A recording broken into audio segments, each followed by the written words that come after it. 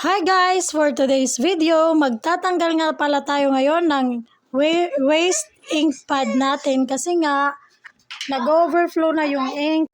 Kaya kailangan na natin siyang tanggalin at mapalitan na.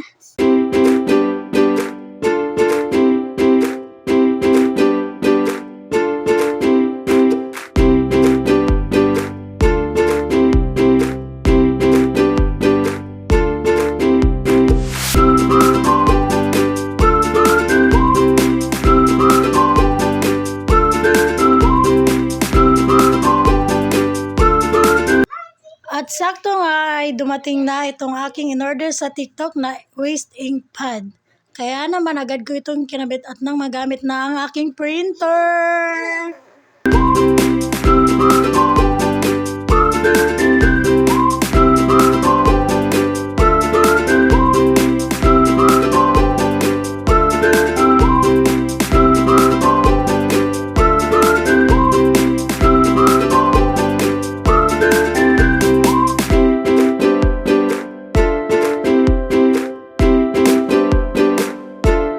At ang sunod ko naman ginawa ay nag-refill ng ink na black.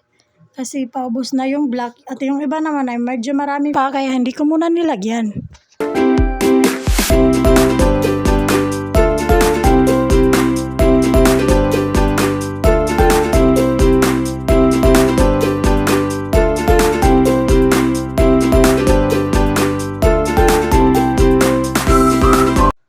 At itong iba naman ay tatago ko muna para meron tayong reserba para hindi na natin kailangan pang umorder kung sakaling kailanganin natin.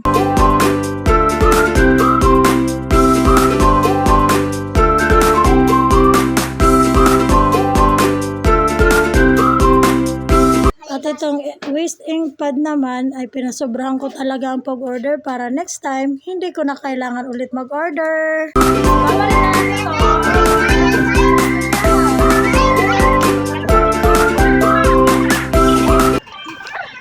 Okay, that's all for today's video. Bye-bye! Thank you guys for watching!